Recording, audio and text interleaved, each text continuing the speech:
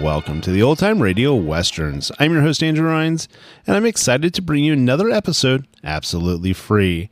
This is one of over 80 episodes released monthly for your enjoyment. Now, let's get into this episode.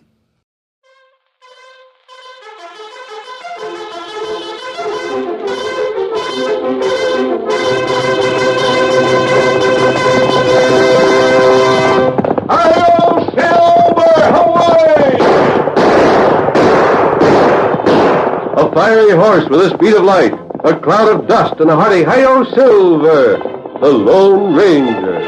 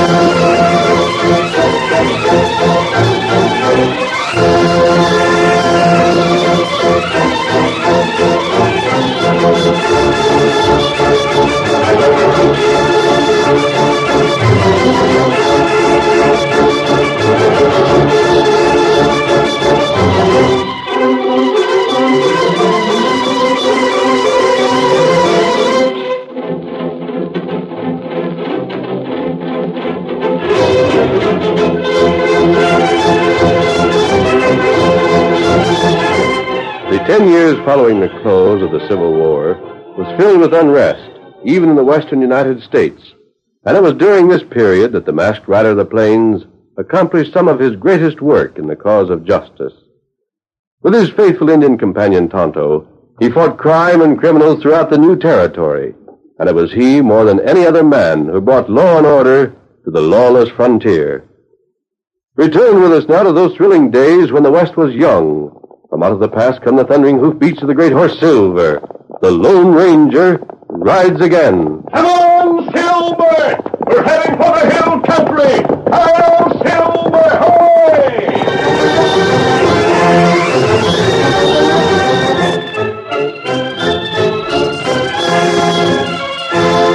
After Lee's surrender, Doc Withers was mustered out of the Army and returned to his wife and daughter in Gilpin County, Colorado. My sakes alive, how you've grown up, Margie. Why, you're a woman now, I do declare. Oh, boy, you old silly. I'm only 2 years older than I was. 2 years is a lot when it turns a girl from 15 to going on 18, Margie. Well, it hasn't changed Pa any. No, I'm afraid it ain't. He's still got the same big-hearted look about him that's kept us poor all our lives. Now, Jessie. Oh, I won't complain, hey. I'm that glad to have you back safe and sound. Oh, it must have been a frightful thing, that war. It sure was. But by Ginger, I can say one thing about our company. Them boys all went home in better shape than they was when they joined. I might have known that. I suppose when you was called on to patch up a scratched arm or something, you wouldn't rest content till you'd overhauled the critter in every way. Well, I learned a lot in that there army, Jessie. I expect so. I can just see you curing gout and rheumatism and pulling out the teeth that wasn't no good and taking off the corns and everything else when some soldier wanted nothing more than something to cure a stomachache. Oh, Ma. I never see a man like your father in all my life, Margie. Always wanting to do 10 times as much as he gets paid for. I'll never forget the time he went to Sid Hart's place when the young'un had the measles. Before he was done, he'd fixed up Sid and his wife and all 7 of the youngsters, and all in the world he got for it was half a peck of taters. But they was prime potatoes, Jessie. Well, you're home, and we still got a little cash left in the bank. Now let's hope you get some customers with cash real soon. There was quite a number of Colorado boys in the Army. Reckon I had most of them in my company. They all come back here? Oh, most of them have foolish notions about finding gold. getting rich quick and all that sort of thing. Pa, I heard that Mr. Gabber has come back. Gabber? What? Well, he was captain in our company. Cap Gabber. So he's back, eh? They were talking about him in the store today. There's talk that he's got a good thing in that old claim he staked before he went to war. Yeah? Don't know how true it is. I wouldn't trust Gabber any further than I can throw a half a Gilpin County. Why, Jesse. Cap Gabber's all right. What's the matter with him? His talk. Talk? He's too doggone slick and smooth. Puts me in mind of a well-greased wagon wheel, the way slick words slide out when he starts talking. Darndest woman I ever see. Judge a man because of the way he talks. Just the same, Hay Withers, you mark what I say. Man? If Gabby Gabber gets sick, you make sure he's got cash. If he started a story going round that he struck a gold mine in that no-good claim of his, he's fixing to borrow money. Don't you lend him none. You hear? You ain't got no cash to lend, and don't go feeling generous just because Gabber was your captain.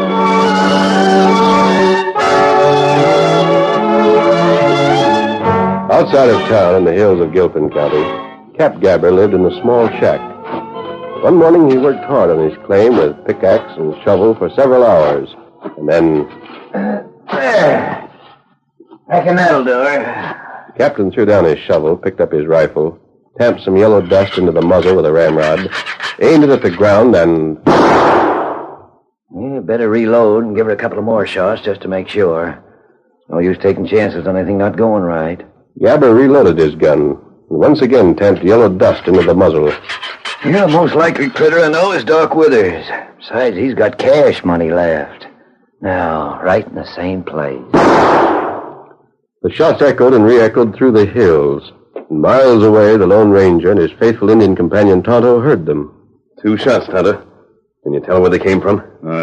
Sound that way. And that's a third. 3 shots. That bad sign. 3 shots is the danger signal, Kemosabe. That plenty long way off. Someone may have fallen from a ledge or into an old abandoned shaft. Here, Silver. We ride? Of course we're riding. When people fire 3 shots, it's because they want help and want it badly. Tonto, get ready. Here, Scout. Do you think you can locate where those shots came from? Tonto, try. Steady there, Silver.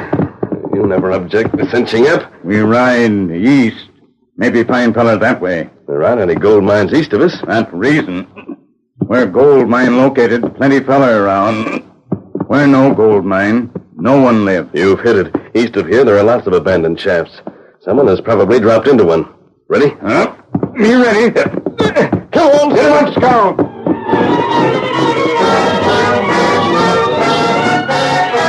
3 shots, the danger signal, started the Lone Ranger and Tonto on a search for trouble. They went along the narrow trails, listening for the signal to be repeated.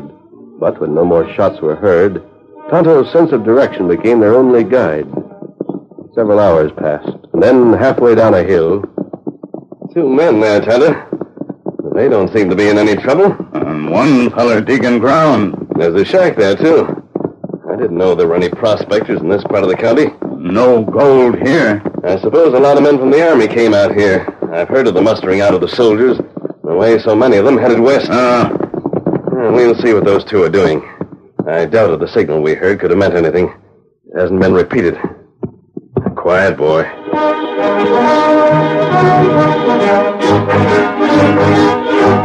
Just dig your own sample, Doc. That's the best way. I don't want you to have any idea I'm trying to put anything over on you. But gosh, Captain Gabby, I don't know nothing about gold. If this here was cutting some poor critter up or curing aches and pains or something... Oh, you don't have to know anything about gold mining. You know the gold's worth money, don't you? Sure I do. You know that there's an office in town that'll say your gold sample and tell you just what the claim is worth? I heard about it. I reckon that's a sample. I'll hold the sack. Now, throw it in. Now, look. You see here? You see all these yellow flakes? Gold, my friend. Pure gold. The queen of the metals. The gold that men die for. The gold that turns a poor man into a king. The metal that'll buy your wife and daughter all the things that bring joy to a woman's heart. Imagine travel. Take them to the big cities, New York, Chicago, and buy them fine silks and jewels. Why, you can take them to Europe if you want to. Gosh, Captain Gabby... Now, Doc, I told in the Army that I'd never forget what you did for these boys. I know, Cap, but... You see, I want to pay my debt. Besides, I must leave here. Relatives in the East, you know. Can't stay on and I must sell my claim. And I want to be sure the man who gets it will be a deserving man, and that's why I called you. You say all this yellow stuff is gold? That's right. How much you reckon this sack is worth? Oh, well, that doesn't amount to anything. Why, you dug that with only a few shovels, and that was off the surface. The ore gets richer as you dig deeper. But what do you reckon she'd be worth? This sack for a meat. Take it to town. The clerk there can tell you. I'll go with you, and if you want to grab this chance, we can close the deal right there on the spot.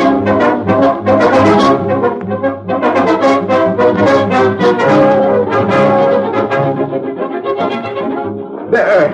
Just look, Jessie, look. Silk for a new dress for you, one for Maggie. A new silk dress. Oh, Pa. You've been hitting our savings bank account. And here, Jessie, see this. These here earrings come all the way from New York. They're for you. And you know, all I had to do to pay for the whole thing? Throw out our savings. No, siree. I stuck a spade in the ground, dumped the ground to a sack, and that was it. There was gold enough in just what I dug in 2 minutes, mind you, to buy all that. You been talking to Gabby? Why, we're going to... Huh? Stay with us. No, Jesse, he had to leave. His folks in the East needed him. He wanted to repay me for all I'd done for the soldiers in his company. How much? Now, look here, I said, how much did you give that swindling, scheming, talking crook? Well, what's the odds? We're going to be rich. Oh, hey, I tried to warn you. I told you to watch that galoot. I know this country better than you do, you poor, innocent old fool. Now, Ma, maybe Pa had him the same age. I did. That's just it. Cap Gabby went right to the office with me. I bet he did. I paid him for his claim. Give him just $600. $600? Well, he wanted $2,000, but we only had $600. So you give him overhead. Oh, hey. Oh. Ma, stop crying. Dear. Stop kicking on so. We haven't lost the house yet, and you don't know a thing about this gold mine. For all we know, it might be real. With Gabby selling it so cheap, there ain't a chance of it. Well, anyway, there's no harm in waiting till we find out. Now, Paul, take some more of the ground into the assay office tomorrow, won't you, Paul? Oh, yeah. Sure thing, Margie. Ma, you put off crying till we hear what's what.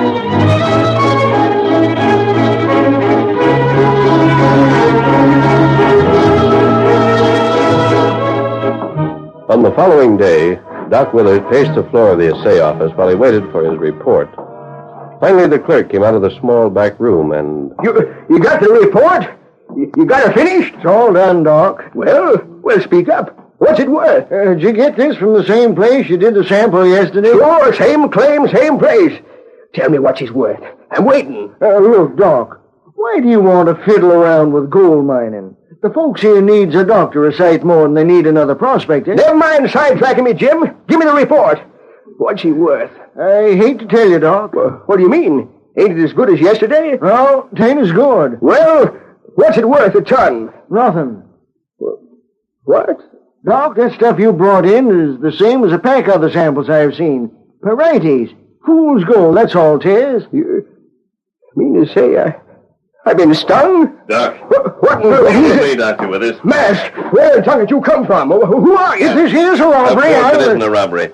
Maybe the doctor just dug in the wrong place for his sample of ore. You come with me. Well, where are you going? There's a man who needs your attention badly. Are you coming, or will I take you? You mean I got a patient? Come on. You needn't be so all-fired definite about it, stranger. You needn't say too much where that clerk can hear you. Here he is, Tonto. Redskin, eh? What's ailing him? He's not the patient, Doctor. It's your own welfare that we're going to take care of right now. Eh? You've been swindled, and very badly. But it needn't be the finish. That man Gabber pulled an old trick on you. I was afeard of that after talking with Jesse. I reckon I'm just a doggone old fool. But you're not. You have more of a savings account than either you or your wife realize. I know what my savings was. But you didn't, and you still don't. You stored up a reserve that's worth a lot more than cash. Do you realize the number of men in this part of the country that would break their necks to help you? But I can't ask for help. I made my bed, now I've You've got to listen to me. But who are you? Come on, you'll ride with me on Silver. Now look, stranger, before I ride with you, you gotta take We don't want to waste time. That's Jesse. Here, what's the report? Is the gold mine worth anything or not? Tell her you'll see you later. You're going back to the claim right now. Get down from that horse. If you're gone plumb local, you can't ride a horse like that. Jesse, I'm going to the claim. But I can't do it. This man here. Come back by and by. I'll see you. Oh, Silver, away! Doc, hey, come back. Help. It's Withers, watch out. It's the doctor. He's being carried off. There he goes. A masked man's got him. A masked man and a redskin. Get a posse. Get the sheriff. Get my husband back.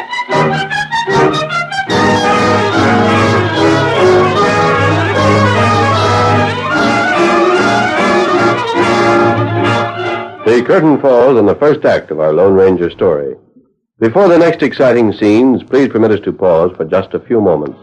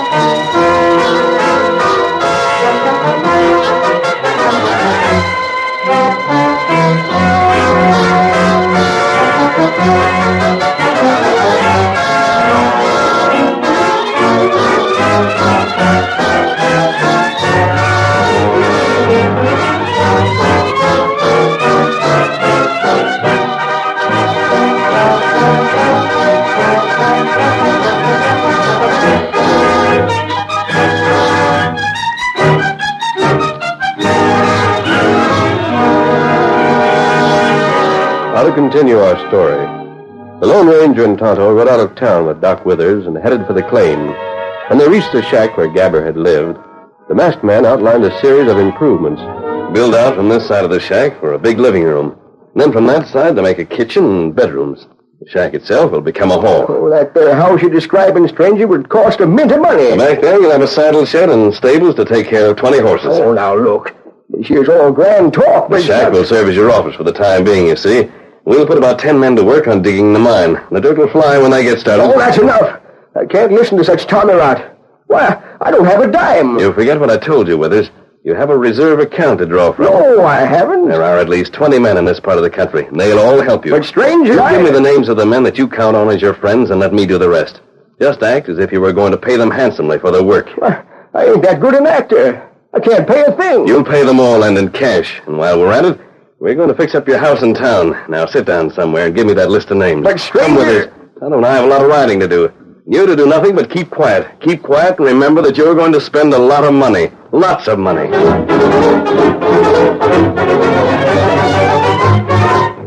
Lone Ranger and Tonto rode in opposite directions, calling on Silver and Scout for their greatest speed.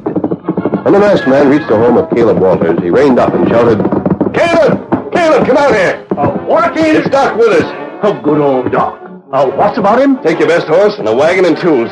He wants you to work for him. He needs you. I'd give my arm for him. He saved my life. He wants you to help him. What I got's his. Where I go and when? Withers, you bet I'll go to him. Maggie, pack things up. We're heading for Doc Withers' place. He needs us.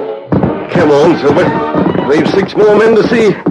If Doc only knew how these men are rushing to his help, he'd realize that money isn't everything. Oh, Silver, hoy!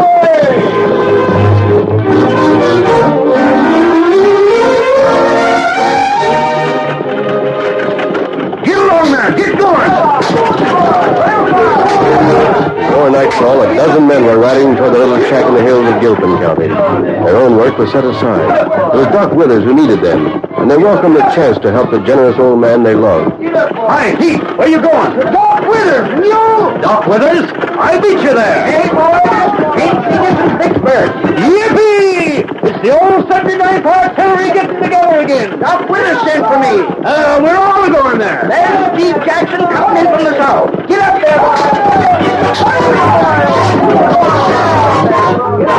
Wagons of every description, men on horseback, men who had fought side by side through the shot and shell of war, united once again to serve a common cause.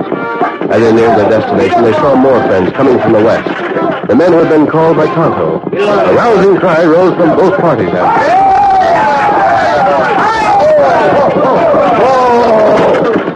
What Doc Withers want? Where's Doc? What do we do now? Where are we going?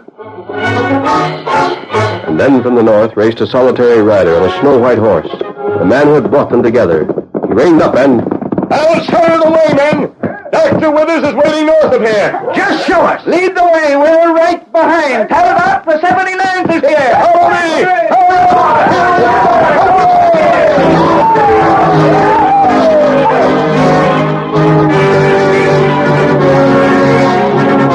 There was a gala reunion when the men reached the worthless claim that Dr. Withers had bought. The doctor listened in amazement while the Lone Ranger took charge and explained his plan. Then the work began.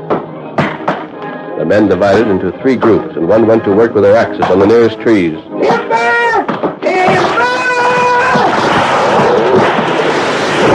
As the trees fell, their branches were lopped off and trimmed. Construction work began. Foundation piles were set in place, then stringers and risers.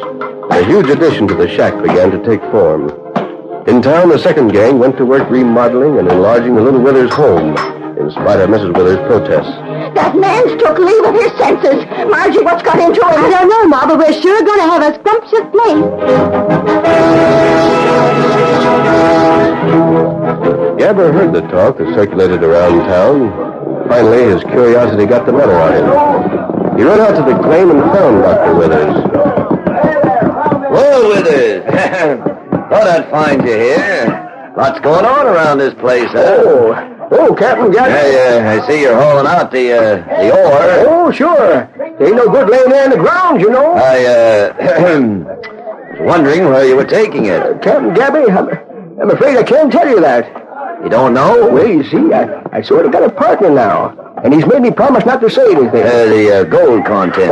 There's a funny thing, Captain Gabby.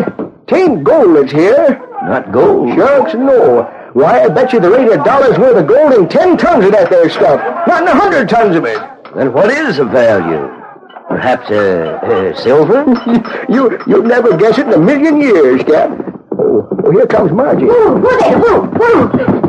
I rode over to tell you. By and by, Margie. Right now, I'm busy with Captain Gabby. I just wanted to tell you it's going to cost about $3,000 for the things we want to do at the house. 3,000, eh? Well, I thought I'd let you know because the first of the month is payday. You'll want to see about having a little cash sent here from...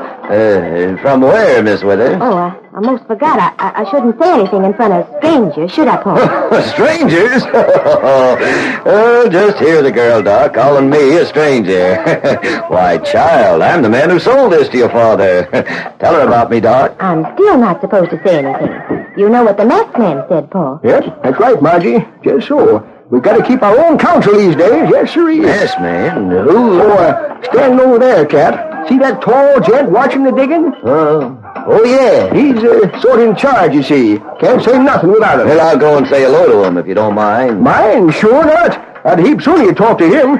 Go right ahead, Cap. Go right ahead. All right. So long, Doc. Bye, miss. Get up, boy. Get along there. Get along, boy. Darn crooked old turnip. Ain't it funny the way Cap Gabby's nosing around, Margie? Oh, I'm worried. We're powering up a side of deck. I'm worried about that, too, honey. But the masked man says to sit tight and say nothing. And Ma's must have beside herself with all that's going on. What was that message you fetched me? Oh, that. I just did what the masked man told me to. Look, Paul. Look at Gabby turning his smile on the masked man.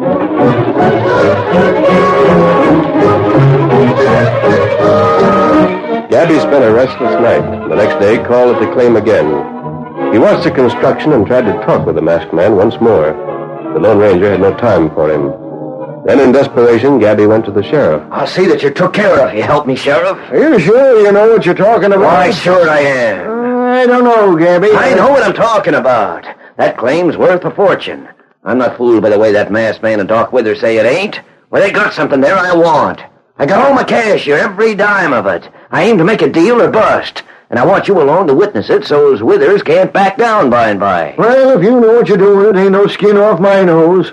Come on. Where is Doc Withers? At the mine, of course. Spends all his time there watching himself get rich. Let's get started.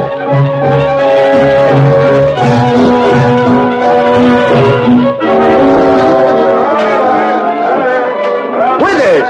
Hey, Doc! Oh, what's on your mind now, Gabby? Howdy, Jim. Howdy. Doc, I sold you this claim for a song. You know that. Well? And the only reason in the world I was willing to take such a sacrifice was that I knowed you didn't have no more cash. I thought I had to go east, and now I don't have to go, and, well, it ain't right or fair for you to hold me to my bargain. Gabby, what are you getting at? I want to call our deal off. Shucks, I can't do that. First place, look at all the improving I've done. Second place, a masked man... Now, look.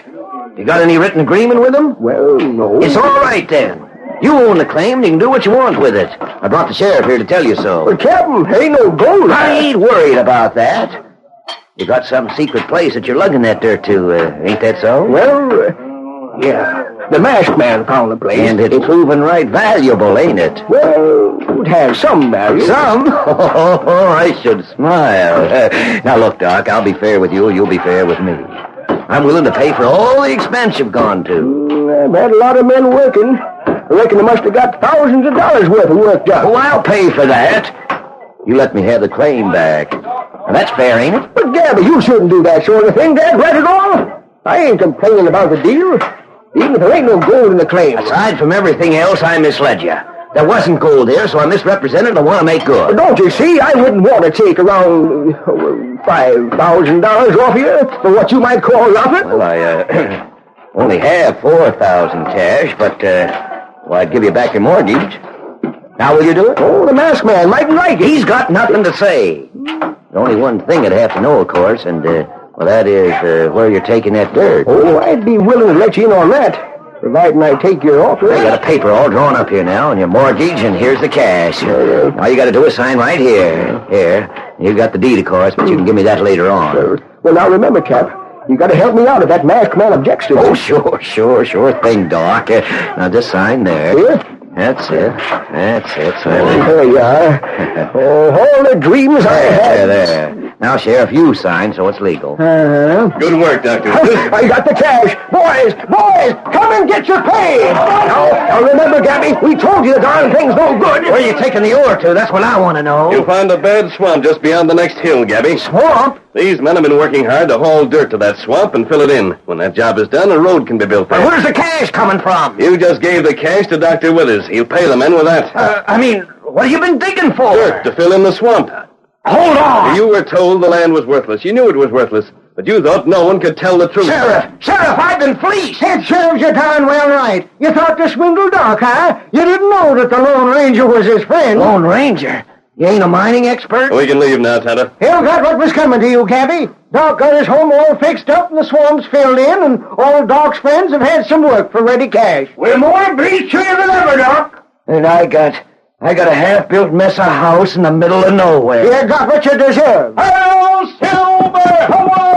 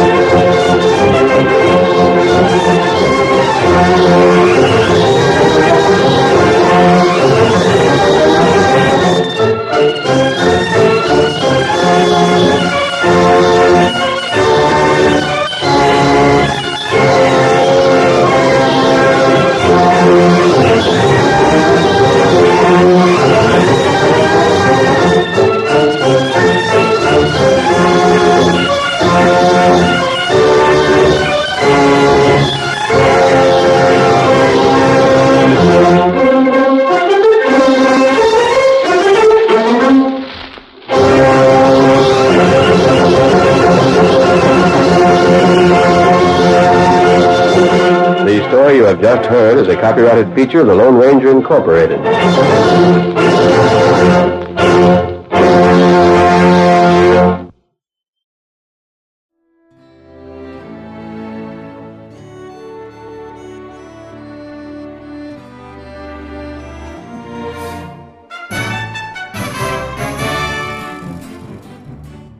This has been a presentation of OTRWesterns.com, and we hope you enjoyed. Please take some time to like and rate this episode within your favorite podcast application. Follow us on Facebook by going to OTRWesterns.com/Facebook and subscribe to our YouTube channel by going to OTRWesterns.com/YouTube. Become one of our ranch hands and unlock some exclusive content. We want to thank our most recent ranch hands, Steve and Ron W., who joined us recently. You too can join by going to OTRWesterns.com/donate. Send us an email, podcast@OTRWesterns.com, and you can call and leave us a voicemail, 707-986-8739. This episode is copyrighted under the attribution, non-commercial, share-alike copyright. For more information, go to OTRWesterns.com/copyright. Have a great day, and thanks for listening.